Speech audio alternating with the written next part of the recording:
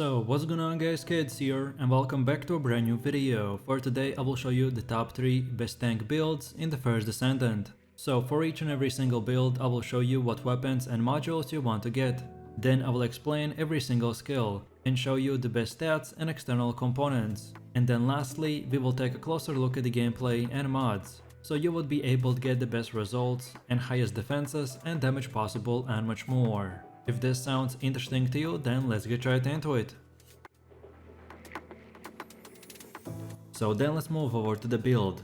Ajax is all about providing shields and locking down enemies. You have to play him as very aggressive tank, getting in the faces of your enemies and keeping them engaged with you so your allies can clear them out. The key to perfecting this playstyle is to move around the battlefield, providing cover for your allies while keeping aggression on you. The most important thing to learn to get good at playing him is how the void energy mechanic works and how can you harness it.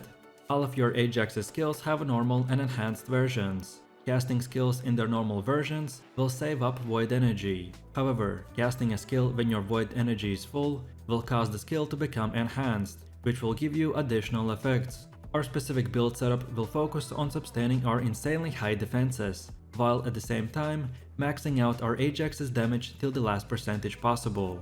So then with that said, now let's take a look at our build modules. So for the endgame build I recommend to use the Void Explosion, which modifies our explosion to a stackable skill. It also reduces the charge sub-attack cooldown and increases its damage after you use the explosion skill.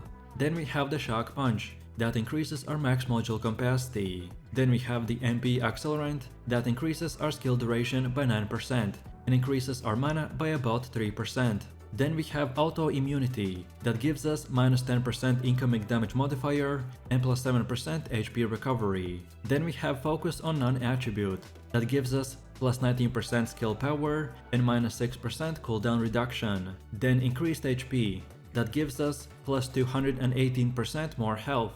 Then the Time Distribution, that reduces our skill cooldowns by 14% and increases our health by 52%. Then next up we have the Iron Defense, that increases our defensives by 78% and gives us a bonus plus 11% skill power modifier. Then we have the Technician, that increases our skill power modifier by 14%. Then for one of the last ones we have the Increased Defense, that increases our defensives by whopping 160%. And finally we have the Steam Accelerant, that gives us plus 234% increased health, but at the cost of our mana being reduced by minus 15%, only full with average looking modules, which would make your build not 100% optimized.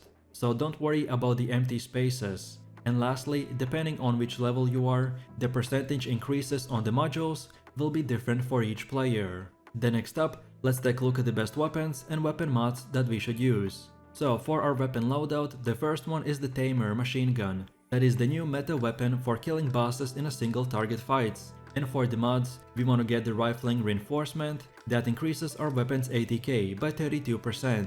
Then Action and Reaction, that increases the ATK by 61% and recoil by 20%.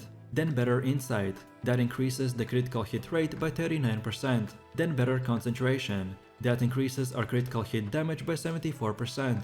And finally the Chill Enhancement, that adds Chill ATK equal to 30% of our weapon's total ATK.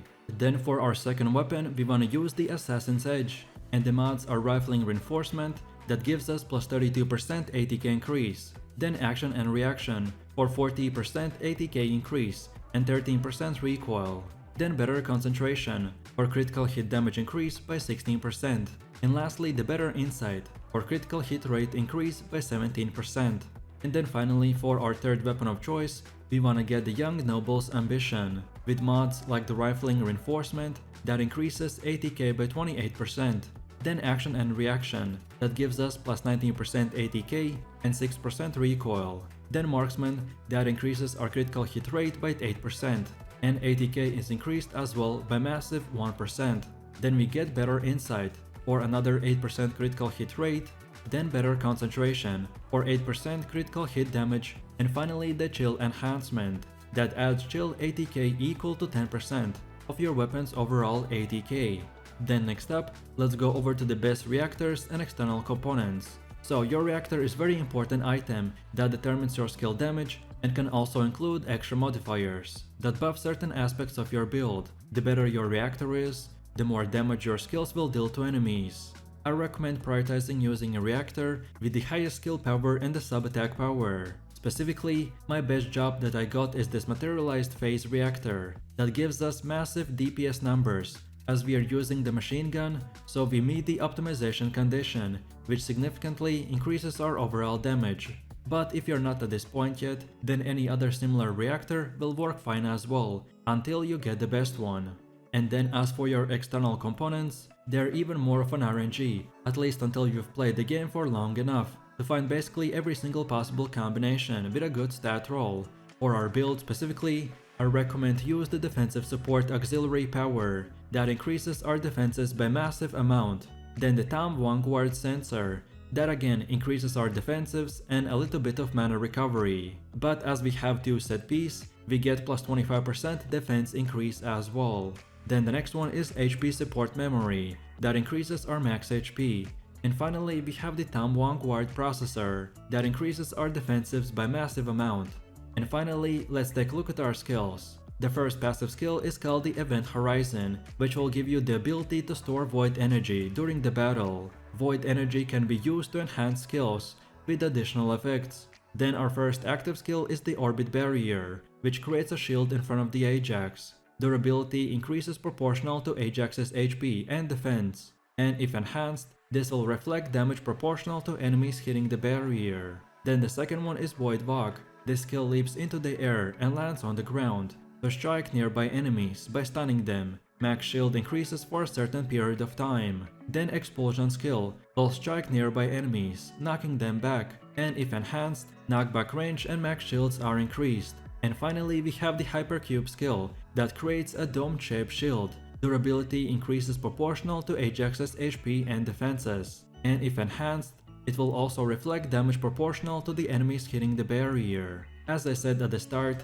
casting skills in their normal versions will save up void energy, and when your void energy is full, it will cause your skills to become enhanced, granting you additional effects. I strongly recommend you to familiarize yourself with the normal and enhanced versions, and try to form the habit of being tactical about which enhanced skill to use. So then let's move over to the Kyle build.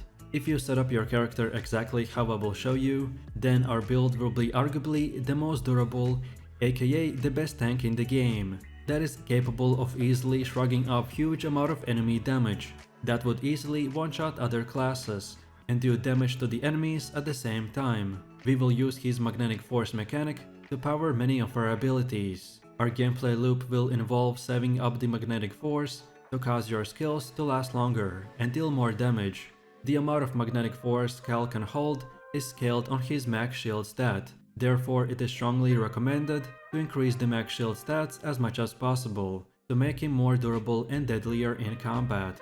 While he is very tanky, this does not mean that Cal can't dish out damage either. His super conductivity thruster skill will allow him to fly and crash into the enemies, which creates a huge AoE that does insane damage. And as I said, if you keep saving magnetic force as much as possible with our high max shields, then this will make the skill do even more damage.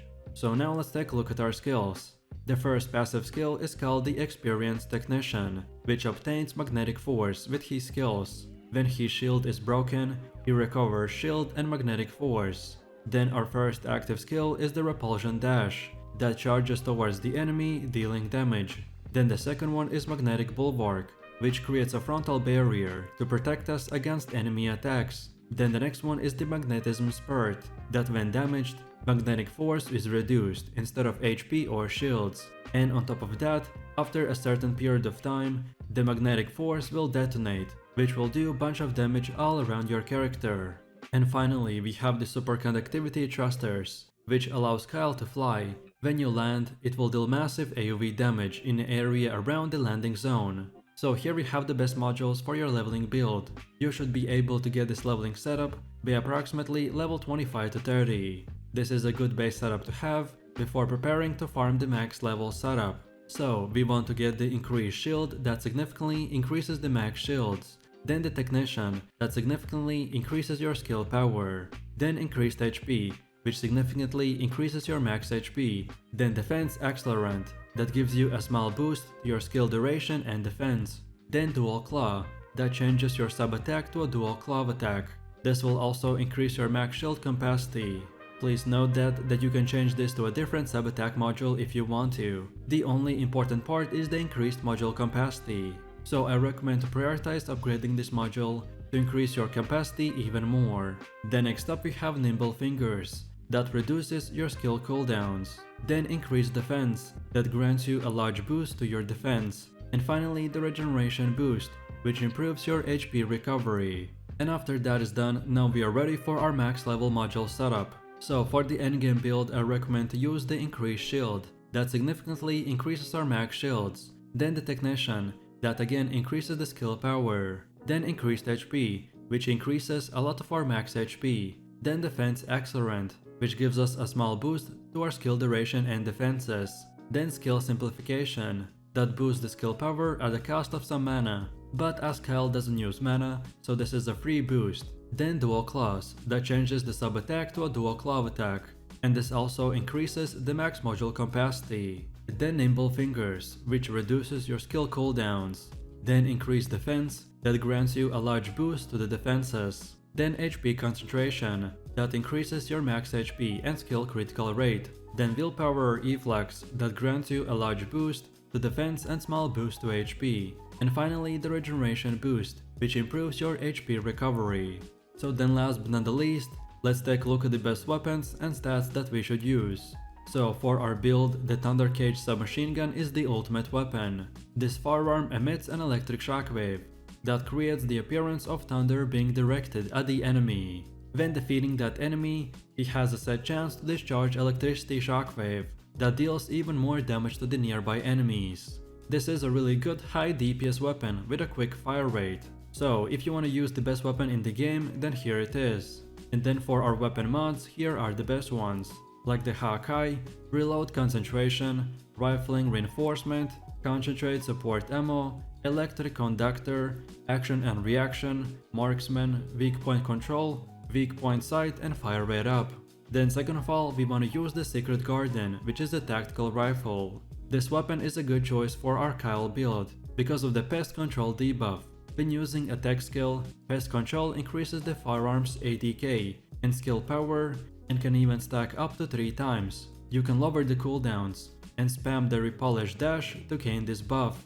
And then finally, another great secondary weapon that can help to buff our damage if you hit the enemy weak points is the Afterglow Sword Sniper Rifle. By hitting an enemy's weak point, it will inflict death propagation, improving the weak point damage by 5% per stack. You can also get extra critical hit rate when hitting commanders and other elite enemies with this weapon.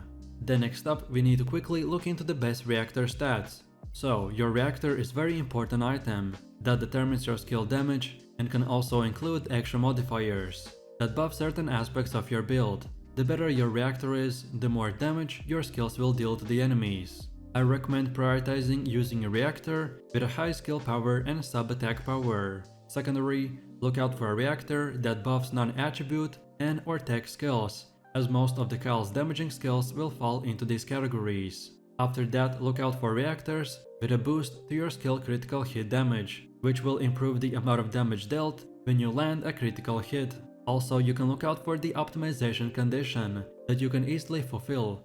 For example, we have a reactor that requires an equipped sniper rifle to meet the optimization condition. Meeting this condition increases the skill power of your reactor, so it's very important to meet this whenever possible. Kyle's attribute is non-attribute and his skills use the dimension and tech, which means that you want to pick a reactor with the materialized mechanics, which boost the non-attribute and tech type, or the materialized phase, which also boosts the non-attribute and dimension type. And finally, we have the external components. With your external components, you will be somewhat subject to RNG, at least until you've played the game for long enough to find basically every single possible combination with a good stat roll. For this build, I generally recommend to get components with stats in max shields, max HP and defense. The max shield stat is especially important, since increasing this indirectly will buff his magnetic force mechanic and cause some of his skills to deal even more damage. So prioritize upgrading your max shields above all other stats. And that's about it. So then let's move over to the build. Esiemo is all about explosions, explosions and even more explosions. He's an amazing ranged burst damage dealer that is capable of clearing trash mobs in a second, while nuking bosses at the same time. You want to play Esiemo in a mid-range, close enough to stick to the enemies with your grenades and landmines, while far enough away that you won't get swarmed and die. The key is maneuvering through the battlefield, either way by laying traps for the enemies to walk through or bursting out large held targets. The most important part of dealing massive damage is stacking grenades onto a single target. You must stick grenades on a target by throwing them or placing mines for enemies to trigger and have a bunch of grenades attached. Each grenade attached to a target increases its damage done, so it's extremely worth to wait until you can place multiple stacks at once. And once you have enough grenades, which is up to 5, then you can detonate them all at once to deal massive amounts of damage. And because of our specific setup, we will increase its damage by 200% on top of the already big stacks that we get from other skills. So then with that said, now let's take a look at our build modules. And like per usual, I will show you two setups. So the first build will be for leveling, so from 1 to 30, and then the endgame build, which is from level 30 and beyond. So first of all, for the leveling build, I recommend to use the cluster grenade, which is a Transcendant mod, that when you detonate an attached grenade, it creates additional explosions. Then skill range mastery, that improves the range of your skills. Then increased shield, that increases your max shields. Then fire specialist, which increases the skill power of your fire skills. Then skill expansion, that increases the effect range of your skills. Then focus on fire, that improves the skill power of your fire skills and slightly reduces the skill cooldowns. Then dual claw, that changes your sub attack to a dual claw attack. It also increases your max module capacity. Then willpower efflux, that increases your defenses and slightly improves HP. Then increased defense, that increases your defensives. Then increased HP, which increases your max HP. And finally the technique manual, which does that when landing a skill, it deals a portion of your max HP as extra damage to the target, but it has an 8-second cooldown per enemy. And then now let's move over to the endgame build. So I recommend to get the multi-maneuvering, then maximize power, then increased HP, then increased shields, then front lines, then fire specialist, then HP planter, then iron defense, and lastly the skill expansion. Then next up, let's take a look at the best weapons and mods that we should use. So for our weapon loadout, the first one is the Greg's Reversed Fate, which is the new meta weapon. This firearm causes an AoE bombardment upon hitting a target with max shields. Overall, this weapon is the best for burning and increased fire rate. And for the mods, we want to attach the Fire Conductor, Fire Enhancement, Sharpshooter, Rifling Reinforcement, Adventurer, Fire Rate Concentration, Deadeye, Inside Support Ammo, and Commando Marksmanship.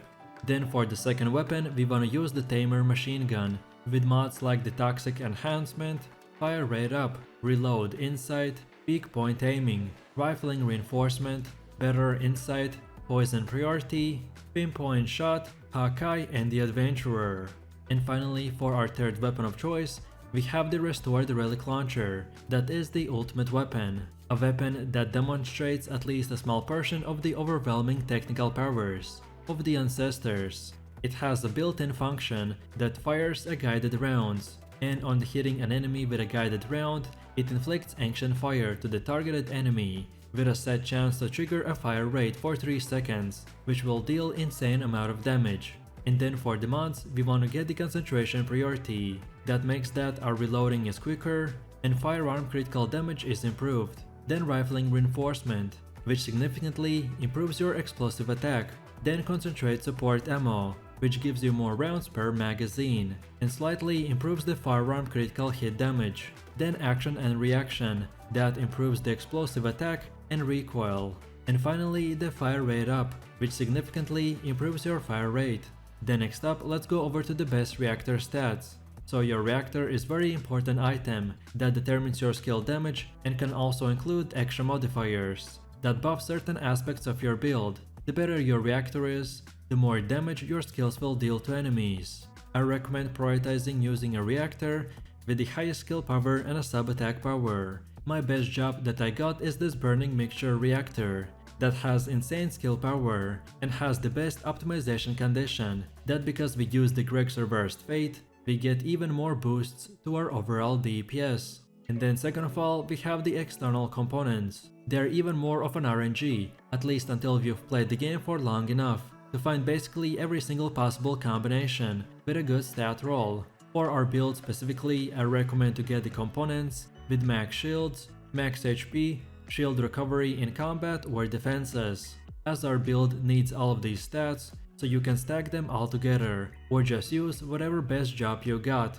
And finally, let's take a look at our skills. The first passive skill is called the Advantageous Habit, that drops a grenade on the ground when our shield is completely depleted. Then our first active skill is the Time Grenade, that launches a sticker grenade forward. The grenade attaches to an enemy or a terrain on the contact.